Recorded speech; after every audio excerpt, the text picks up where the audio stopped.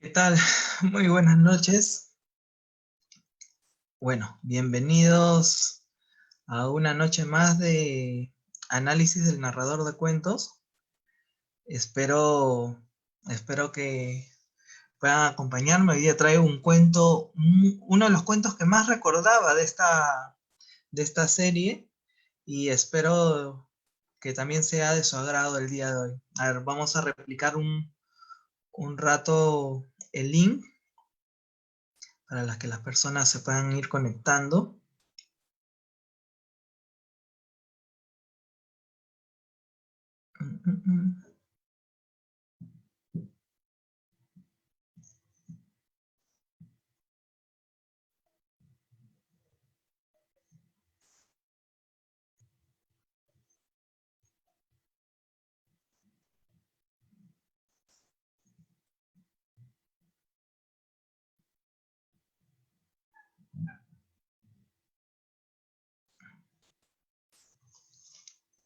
¿Qué tal? Muy buenas noches.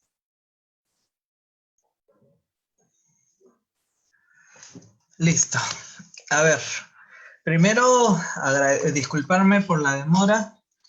Acá con toda esta locura del coronavirus, estaba en un lugar lejano y entre manejar, dejar las cosas donde tenía que dejar, se me hizo hiper tarde.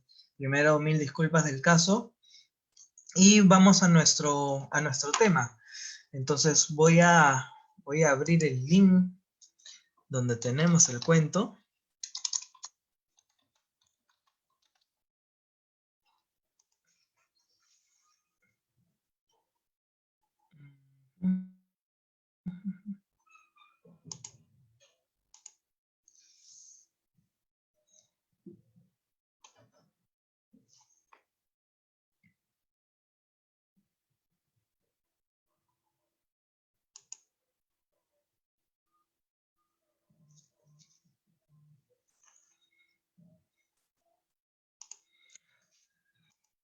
Listo.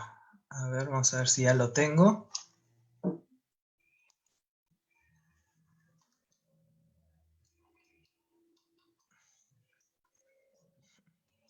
Perfecto. Hola Mariana, bienvenida. Bueno, entonces vamos a iniciar con lo que tenemos en mente. Hoy día vamos a analizar El Soldado y la Muerte, que a mí me parece espectacular esta historia. Entonces, como ejercicio, vamos a trabajarlo en conjunto para reforzar esta actitud simbólica del que tanto hablamos dentro del instituto. Entonces, yo lo que les voy a pedir es que tengan una hoja y un lapicero al costado y vamos escribiendo ciertas cosas que nos van llamando la atención. No sé si la presencia de ciertos símbolos, una parte de la trama y cosas así. Y yo les voy a presentar mi propia visión del cuento, o sea, qué me ha hecho entender, qué me ha despertado el cuento, pero también es importante que ustedes también, en este hecho de entenderlo, también ustedes se pregunten, ¿y esto a mí qué me despierta o a qué hace referencia? Entonces, vamos con lo siguiente.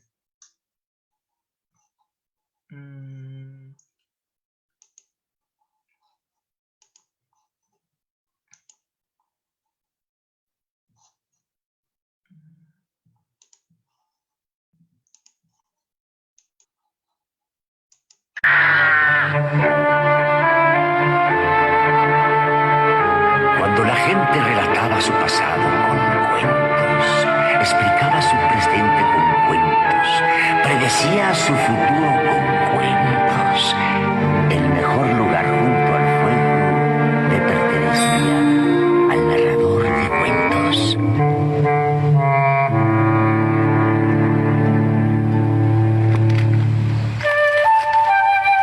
Hoy les contaré El Soldado y la Muerte.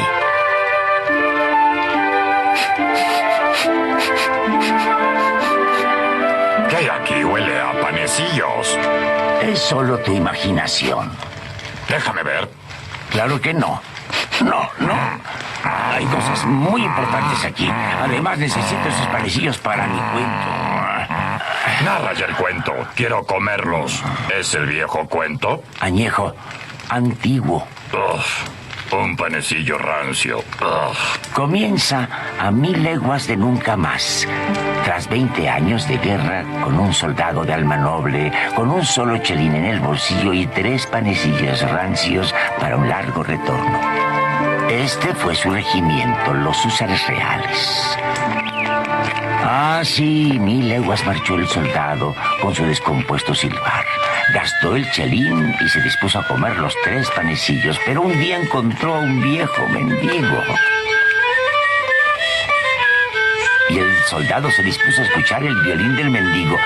Uno tocaba mal, el otro silbaba mal, mas ambos eran dichosos.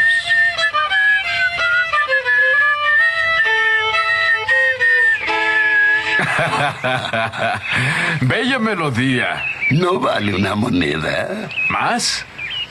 Pero no poseo nada. Puedo daros un panecillo.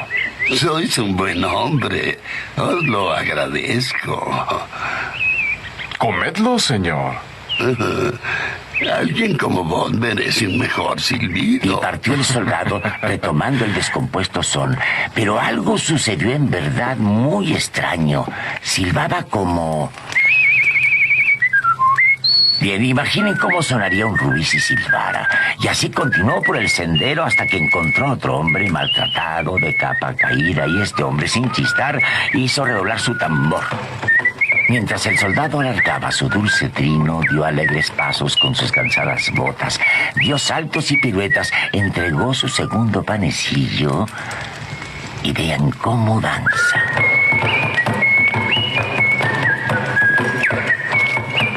Ah, sí, cual hábil terpsícore. Bailando, jubiloso sigue el camino hasta encontrar un tercer viejo muy austero jugando sin cesar los naipes. Y el soldado miraba cómo el hombre los mezclaba, formando los naipes uno tras otro. Un juego perfecto. Y diole en sincero aplauso. Espléndido juego. ¿Vale un chelín? Más. Pero no tengo nada. Ahora le restaba solo un panecillo al soldado y estaba muy hambriento, así que lo pensó. Pero tengo un panecillo que puedo compartir con vos. Así el soldado sacó su último panecillo rancio y lo partió en 2. Pero no se sintió bien, mis niños, al darle al anciano menos que a los otros, así que le dio ambas mitades. Sois un buen hombre y merecéis algo más que este humilde panecillo. Tomad mis naipes, señor, con ellos siempre habrá suerte. Y tomad este saco. Es feo, pero mágico. Llamad a un ave o bestia, o a lo que queráis, y entrará ahí. ¿Y cuánto hay? Y así partió bailando y silbando con alegría por aquel saco.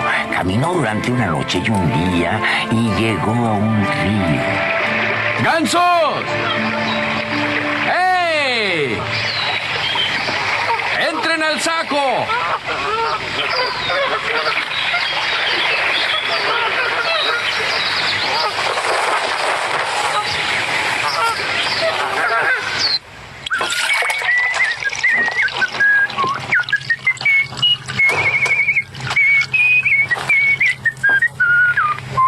Bello silbido. Ah, me lo dio un alma desventurada. ¿Vuelves de la guerra? Sí. ¿Traes tus armas en el saco? No. Aquí están mis pasiones, mis sueños, lo mejor de mí mismo. Que me he sacrificado para enviarte al mejor colegio, a la mejor universidad. ¿Para qué lo hice? ¿Para esto?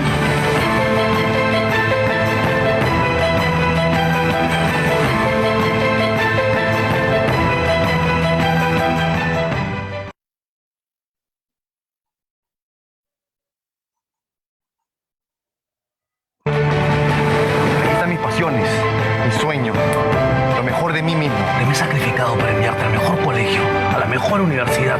¿Para qué lo hice? ¿Para esto?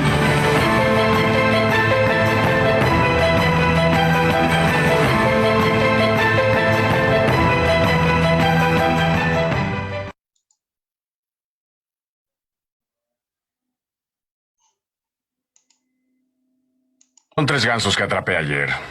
Si cocinas uno para la cena y me das un lecho, Puedes quedarte con los otros. Me gusta el ganso. Gracias. No olvides regresarme el saco.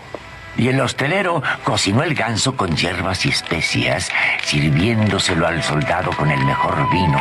Este comió hasta los huesos, bebió el vino y danzó hasta el amanecer, cuando cayó rendido sobre su lecho. 3 días más tarde despertó y miró por la ventana, y en aquella colina avistó un palacio. Creí oírte. ¿Dormiste bien, soldado? Bien, bien. ¿De quién es el palacio? Tiene aspecto siniestro. Pertenece al zar. Antaño fue un lugar de valses, candelabros y grandes fiestas. Hoy los diablos juegan ahí a los naipes. ¿Diablos? Diablos. Cada noche gritan, maldicen y juegan a los naipes. Nadie se aproxima, son diabólicos. Bello palacio. Deberían echar de ahí a esas criaturas. Lo intentó un ejército, del que solo sobrevivió su sombra. Es la verdad. Son diablos diabólicos. Grandes tahures. Creo que iré a inspeccionar. Es muy peligroso. Peligroso no, el soldado entró en aquel palacio con su silbido y el saco al hombro. En su interior impera el silencio, como si los muros se negaran a respirar en espera de algo.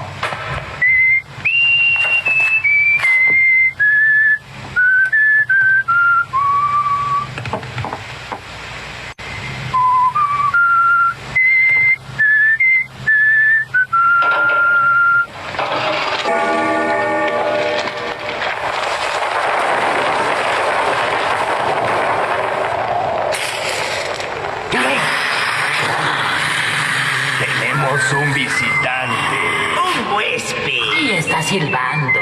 Bonito silbido. Tendrá que ser mío. ¿Hola? Sé que juegan a los naipes. ¿Bien? ¿Qué apostaremos? Tu ser, Tu silbido. tus dientes, los colecciono. De acuerdo. ¿Qué pondréis vosotros? 40 toneles de oro. ¿Qué dices? Muy bien. Traed los toneles.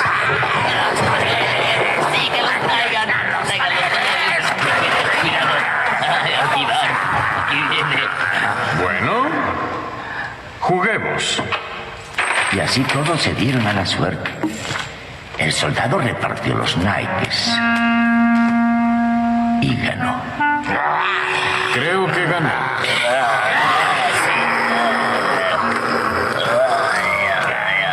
Y ganó otra vez.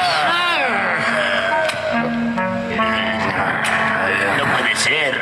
¿Hará trampa? Yo sí hago y aún así sigo perdiendo. Yo también sigo perdiendo. ¡Otra vez!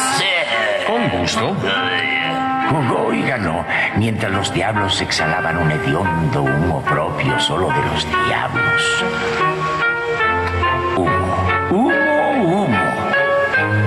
Ganó un juego tras otro, aunque los diablos ponían en práctica toda clase de triquiñuelas. En los albores del día, los 40 toneles de oro se acumulaban tras la silla del soldado, quien silbaba despreocupado.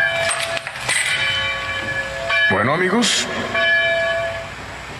creo que fue todo por este día. No, no hemos terminado. No hemos desayunado. ¿Y qué comeremos? Veamos quién come a quién. ¿Saben qué es esto? Pues es un simple saco. Sí, eso es un saco. ¿Ah, sí? Pues por la gracia de Dios, entren.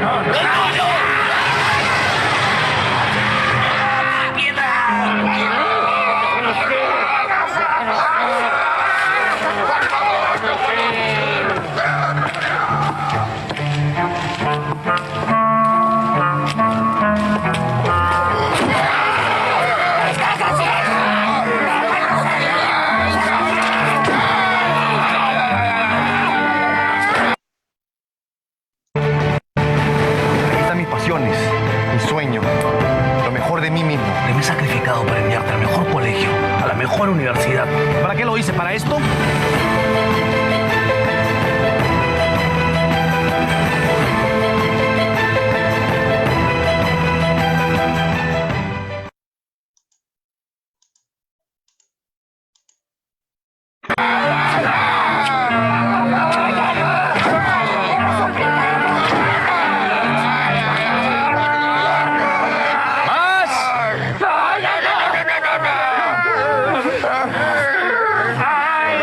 ¿Este será el fin de sus maldades en la región?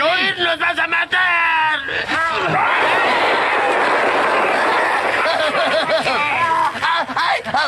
¡Suéltame! ¡Suéltame! No te soltaré, diablo, hasta que jures servirme fielmente. Sí, lo juro, lo juro. Recuerda tu promesa. ¡Ay, ay, ay! ¡Ay! ¡Arrancaste mi pie! Así es. Ahora vete y recuerda quién lo tiene. Marcharon al infierno y cerraron las puertas por miedo a ser seguidos por el soldado y su saco. Se estremecieron y exhalaron humo, humo, humo. Pero el soldado no siguió a los diablos. Era el héroe del pueblo y la estrella del zar. Pero por más que nos sonría la vida, la muerte siempre reirá al último. Oh, sí. Todo es felicidad para nuestro amigo el soldado y la magia de su saco. Favorecido por el rey, es un hombre rico ahora. Esposo y padre, vive en el castillo, afortunado y protegido. No podía ser mejor hasta que un día, por obra de la fatalidad, un día, crueldad del destino, una terrible fiebre postró a su hijo. Empeora. Llamaron a médicos y curanderos y muy pronto en las habitaciones del niño hombres barbados debatían. Pero la fiebre no cesaba. Y el niño perdió el sentido. Mientras las grises barbas eran reemplazadas por sacerdotes en oración y un hombre de negro se aprestaba a tomar medidas. ¿Qué vamos a hacer? No he cesado de rezar y ya no puedo Vete. estar de hinojos. Yo ya no puedo silbar por esta pena. Es obra del mismo diablo. El mismo diablo. Y a propósito, ¿dónde diablos está mi diablo? Aquí estoy, Excelencia. ¿Cómo llegaste? Pues con gran dificultad, señor. Solamente tengo un pie. Cura a mi hijo y lo devolveré. Ella es mi esposa y, por cierto, él es mi diablo. ¡Ay, qué bonita! ¿Cómo estáis? Vuestro hijo tiene fiebre. Veamos si es grave. ¿Qué veis aquí, Excelencia? Veo a una extraña criatura Es la muerte, Excelencia. ¿Dónde está? a los pies de mi hijo. Perfecto. Se recuperará. De estar en su cabecera moriría sin remedio. Bien. Ahora rociad el agua de esta copa sobre vuestro hijo.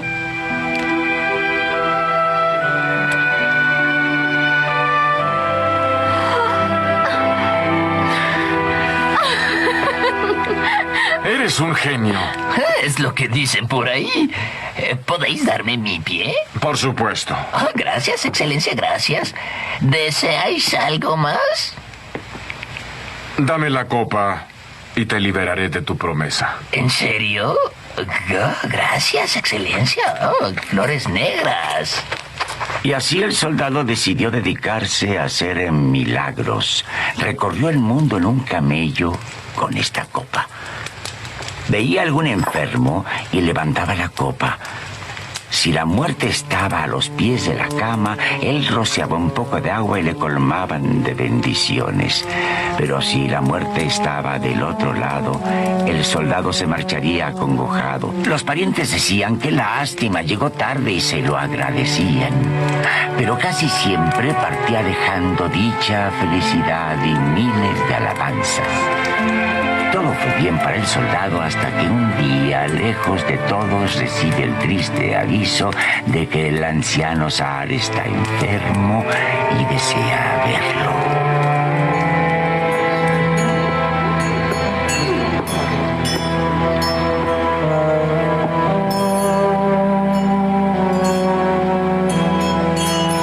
Es muy tarde. Salvasteis a mendigos y truhanes, perros y gatos, ¿y no queréis salvar a vuestro amo? Si la muerte lo reclama, no puedo evitarlo. Que muera yo en su lugar. No. El zar es mi amigo y mi padre. Si alguien debe morir, debo ser yo.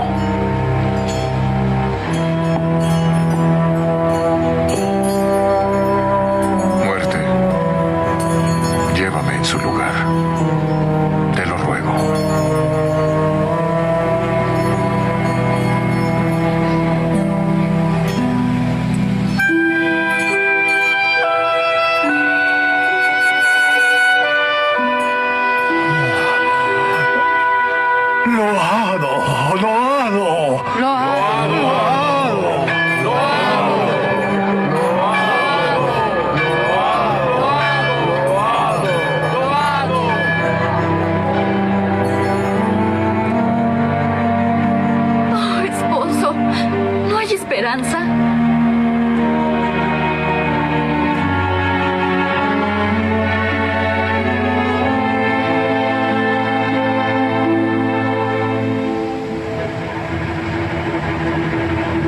¿Sabes qué es esto? Un saco. Bien, si es un saco, entra en él.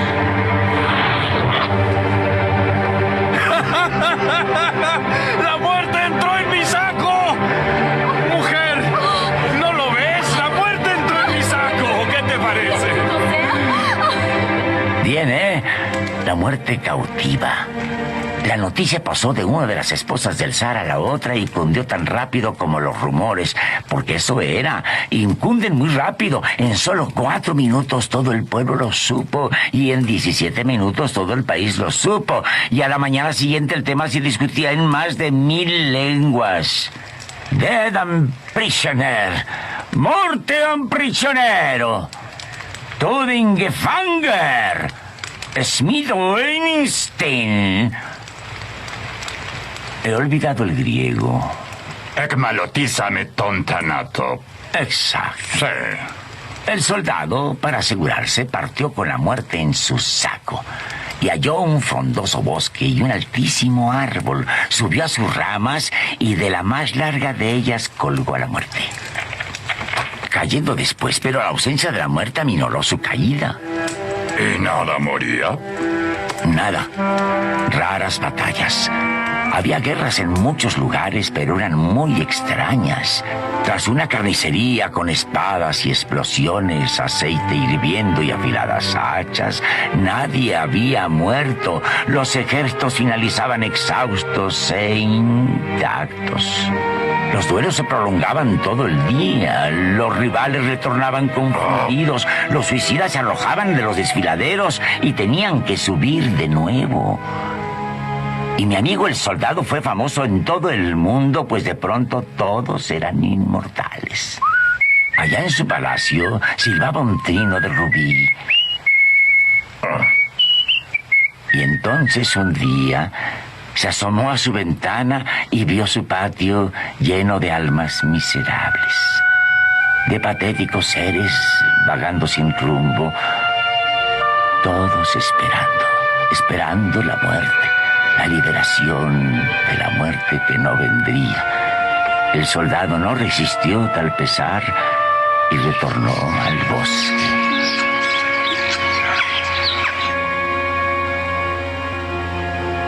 Muerte, te he ocasionado un mal, mas deberás llevarme e imponer el orden.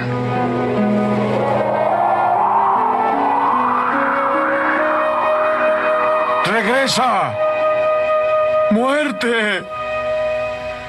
Pero la muerte temía al soldado y su saco, y no volvería. Estaba condenado a vivir mientras otros morían. La muerte no vendría por él. No por el soldado, hueso duro, viejo lobo. Vivió y vivió hasta que no pudo soportarlo. Y arrastrando sus restos por los confines de la tierra, descendió a los infiernos.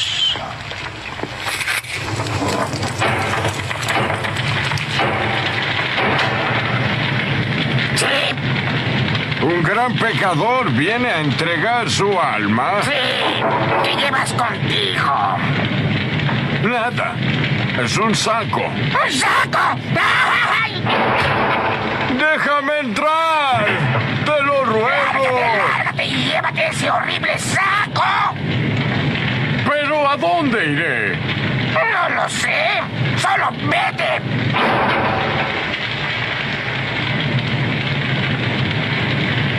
No me iré si no me dan un mapa del cielo y una forma de entrar. ¡Toma! Y 200 almas que hayan cumplido su pena. ¡Ay, ay, ay! 150. ¿Sabes lo que es esto? Ya deja ese saco en paz. Muy bien, tú ganas 200 almas. Sigue el mapa hasta llegar al límite y entonces ve directamente hacia arriba hasta que sientas que todo está de cabeza. Ahí comienza el cielo. Una vez ahí, sigue la música del órgano.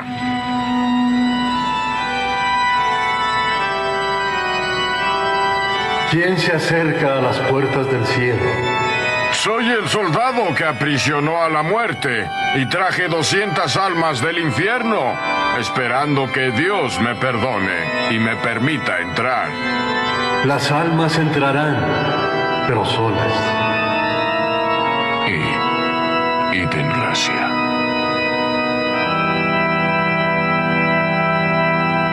Toma este saco.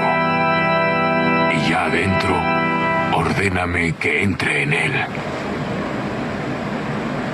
Recuerda, yo te rescaté del infierno. Por desgracia, no hay memoria en la gloria. Las almas olvidan.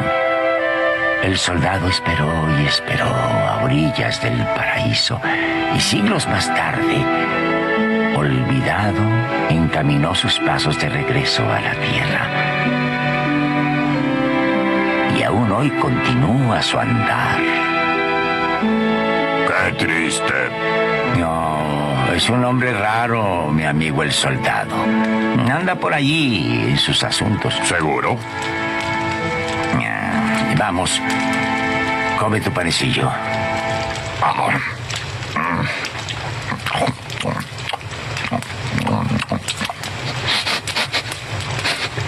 ¿Sabes qué es esto? ¿Un saco? Sí, es un saco. ¿Por qué no entras en él? He probado.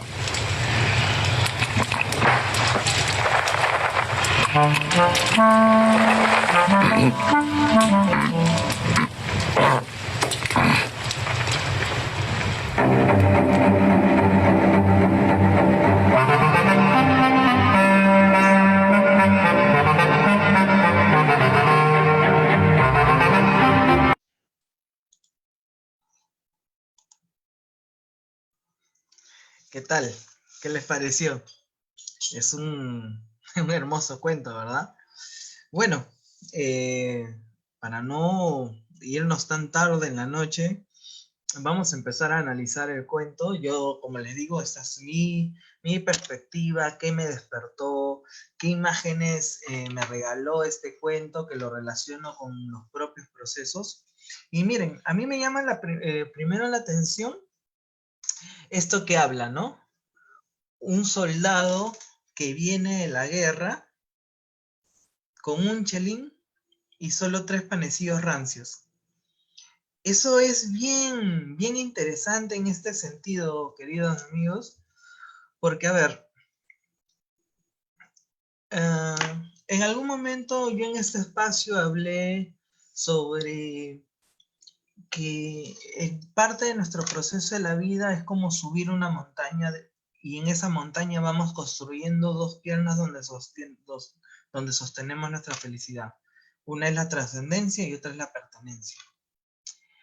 Pero lo que no les mencioné es de que a pesar que tenemos ese reto de subir esa montaña de nuestra vocación y de construir vínculos sanos, el laberinto o el poco trabajo emocional, más bien en vez de hacerte subir esa montaña, te hace ir bajo tierra. Entonces a esto le vamos a llamar estar en guerra con nosotros mismos. ¿Qué pasa cuando vamos por la vida tomados por nuestros complejos, viviendo desde la proyección al otro, viviendo desde creer de que el otro nos puede lastimar, desde que el otro es el responsable de lo que nos pasa? Es que nos vamos metiendo en una guerra no solo con nosotros mismos, sino con el mundo.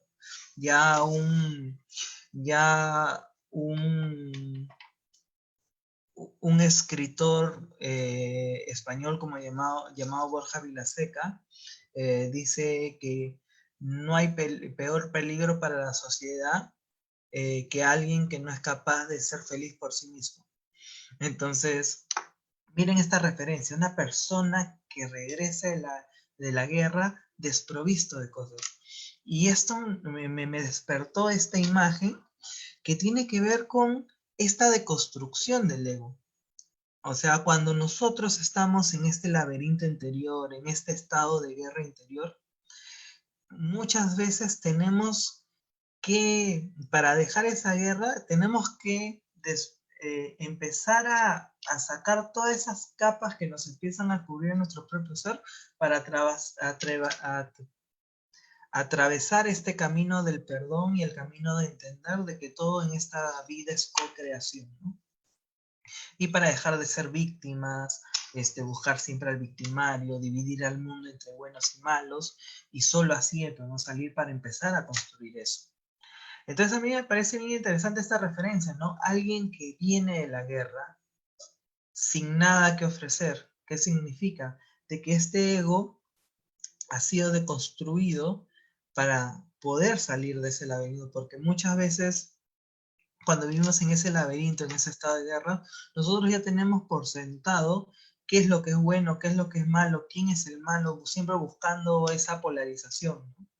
Y basta un proceso de mucha humildad y de mucho trabajo interior para darte cuenta que realmente todo lo de afuera es simplemente un reflejo de tu estado, del cómo estás adentro. Entonces viene este personaje que sale de esa guerra, que sale de ese laberinto.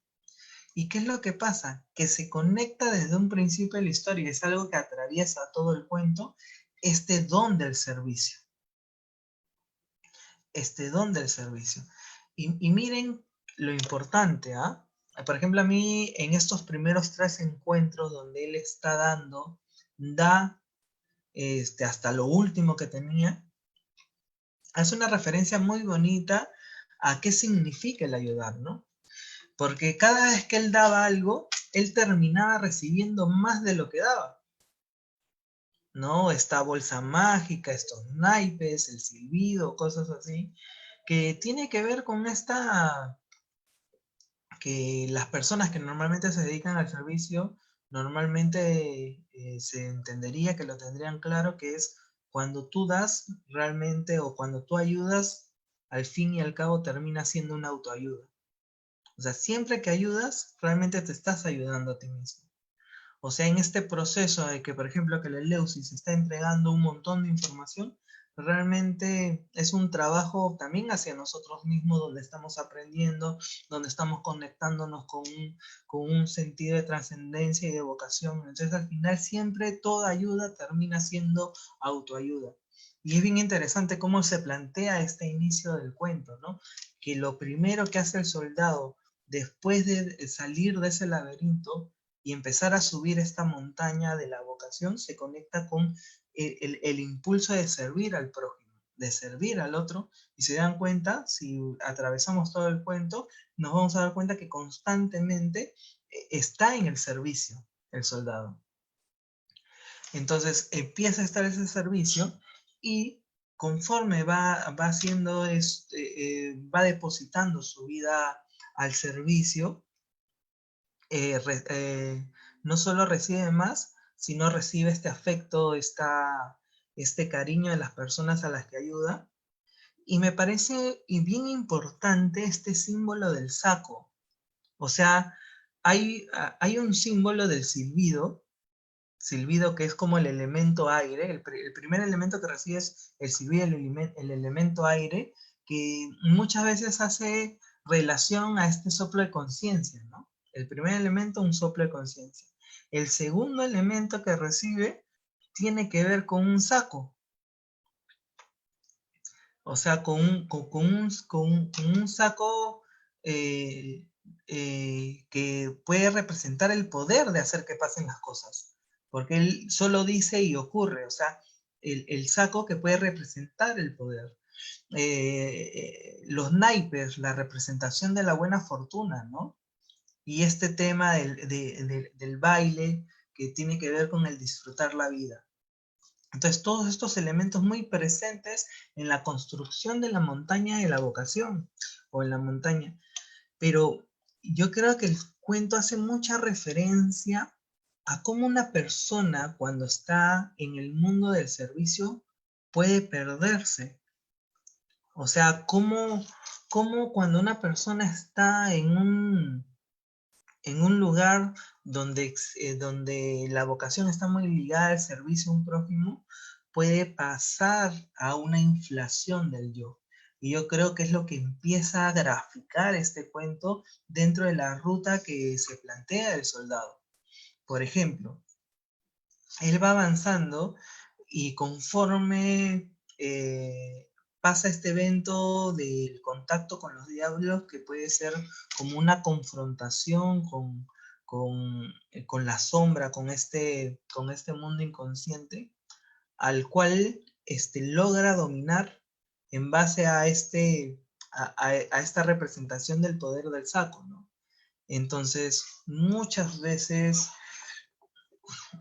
a esto lo hemos visto, lo hemos escuchado en más de una ocasión dentro de la mitología o dentro de los cuentos que hemos estado analizando en el Eleusis, es de que hay uno de los grandes pecados que no se perdonan dentro de la mitología griega es creerse un dios, a lo que se le llama la ibris, que dentro de este libro que tiene Jung de la relación del yo con el inconsciente le llama la inflación del yo, cuando empieza a adquirir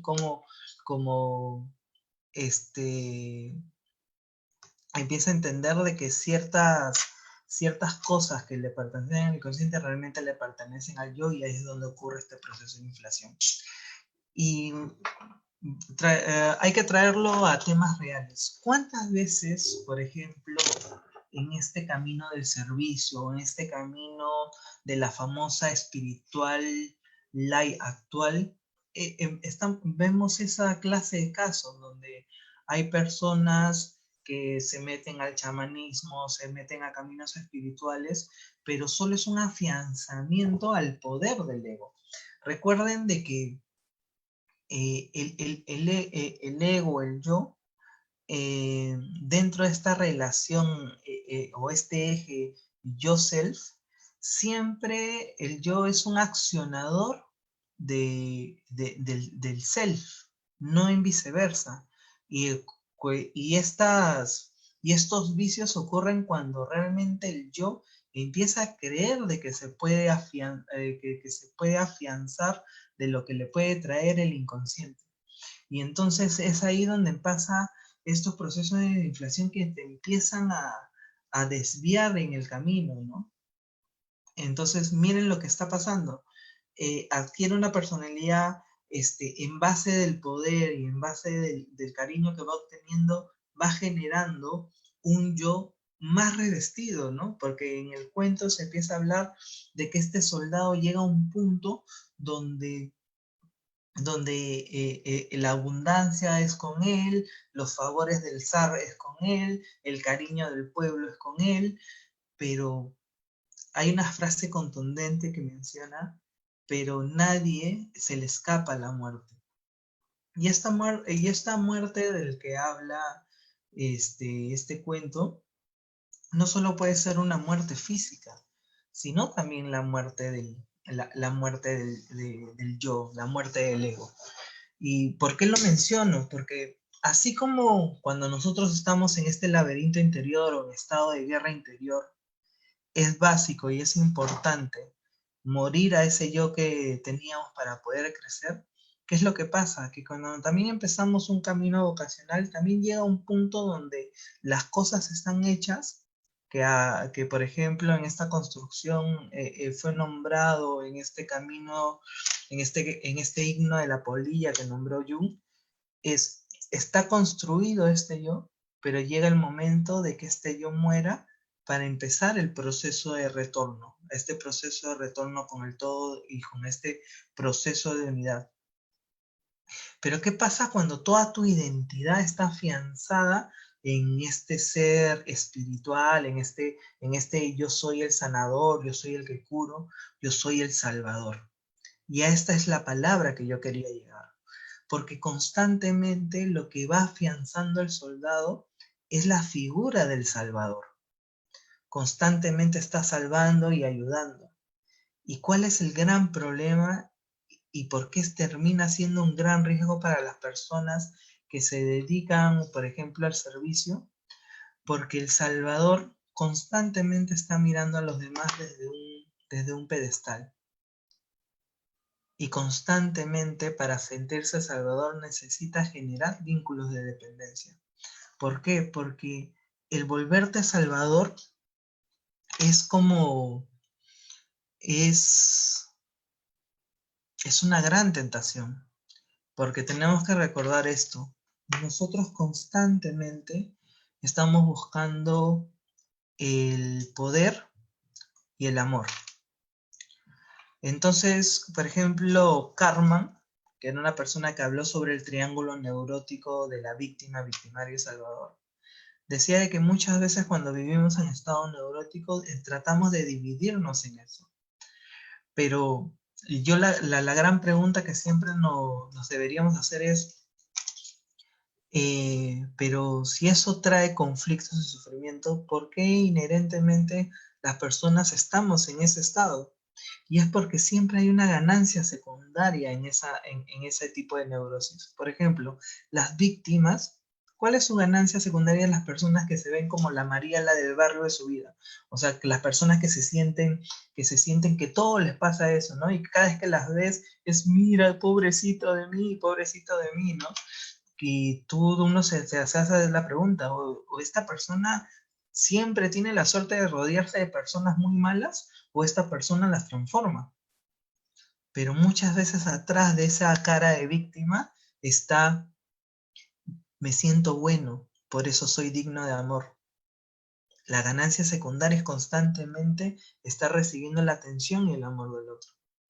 En cambio está el otro polo, la persona victimaria, el que se siente que es el malo en la película porque así tiene que ser, porque si eres bueno, la gente te maltrata y pasa sobre ti. Entonces sacrifican la búsqueda del amor por el sentir que tienen el poder. Si en esos dos polos de esa neurosis las cosas son complicadas, el volverte un salvador es la cerecita del pastel. Y es el lugar que es más difícil entender de que estás dentro de una neurosis. ¿Por qué? Porque por un lado te sientes poderoso y por otro lado te sientes amado al mismo tiempo.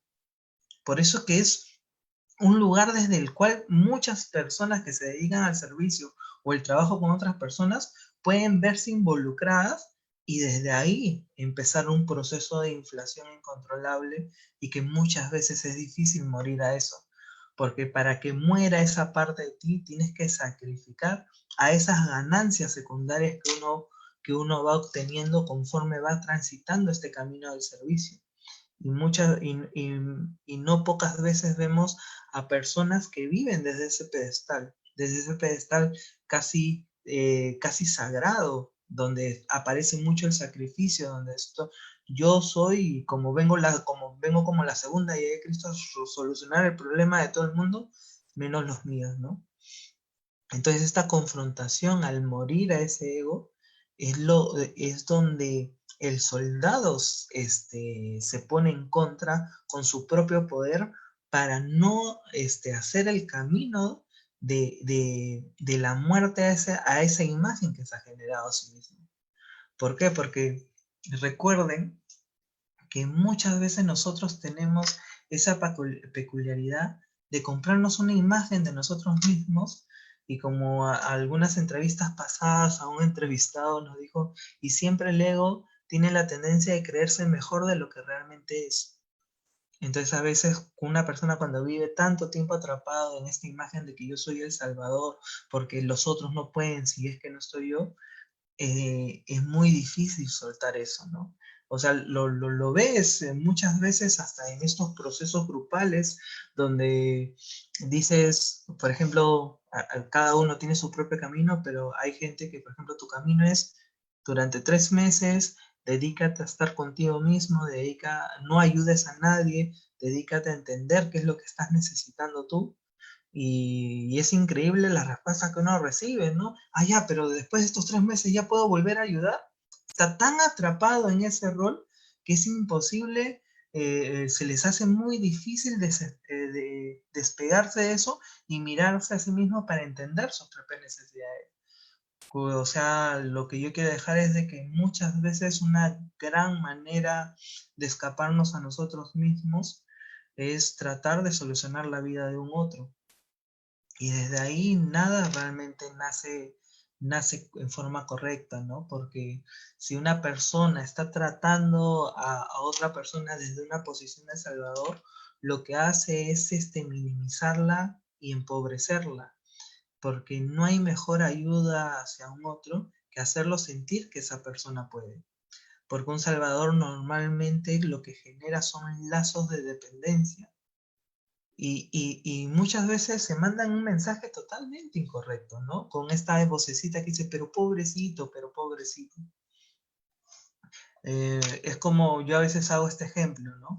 Yo digo, si yo llego, imagínense un ejemplo bien random, ¿no? O sea, de un día llego a la casa de ustedes y digo, ¿sabes qué? Hoy día he llegado para solucionar todos tus problemas. Hazme una lista de todos los problemas que tengas. Ah, tengo problemas para pagar esto, quiero una novia nueva, X cosa, me haces la lista, me voy y después de una semana llego y digo, tu lista está resuelta, está todo hecho. ¿Qué me dirían? Es posible que me dirían muchas gracias, me pondrían una velita, me pondrían un cuadro, ¿no? O sea, dijeron, mira cómo me ayudó. Pero realmente lo que he hecho es realmente fijarlos en una posición en la cuales siempre van a estar con la mano así. ¿Por qué? Porque ¿cuál es el mensaje que manda siempre un salvador por lo bajo? Como tú eres una persona incompetente para encargarte de tu vida, he llegado yo para resolverlo. Y desde ahí no se ayuda nada. Entonces vemos que este soldado está dentro de esa neurosis de sentirse salvador, y desde una actitud muy sacra, ¿no? Tanto así de desafiar a la propia muerte para ayudar a otras personas. Tarde se da cuenta de que realmente el camino era morir. Y esto me parece bien interesante en este sentido, ¿no? Por ejemplo, en esta nueva espiritualidad, y es algo que yo comentaba temprano con nuestro invitado Manuel Almendro, yo siempre tenía una duda con respecto a si no se está volviendo la nueva moral del siglo XX, o del siglo XXI, disculpen, no, si se está volviendo esta nueva moral, porque, claro, hace varios años era bien difícil una persona que te hablara de espiritualidad, de autoconocimiento, era mirado como bicho raro. Pero actualmente lo raro es a lo inverso, o sea, una persona que no quiere verse a sí misma dice que realmente no quieres crecer, no quieres mejorar como persona, Y yo lo que me pregunto es si, estas cosas tan orientales en las cuales está teniendo contacto este mundo occidental, donde se habla de la iluminación y todo eso, se puede volver un objetivo. Entonces el soldado, yo veo de que este objetivo de llegar al cielo, el contacto con el mismo infierno, son objetivos y él siempre se relaciona con ambos mundos desde una posición de poder y desde una posición de creer de que puede negociar. Y por esa actitud no le dejan entrar ni en el cielo ni en el infierno. Miren lo profundo de esto, ¿eh? O sea, por esta actitud de tratar de negociar, o sea, de actuar desde una posición de poder, es donde realmente no puede ingresar a ninguno de esos mundos. ¿Y a qué me despierta esto?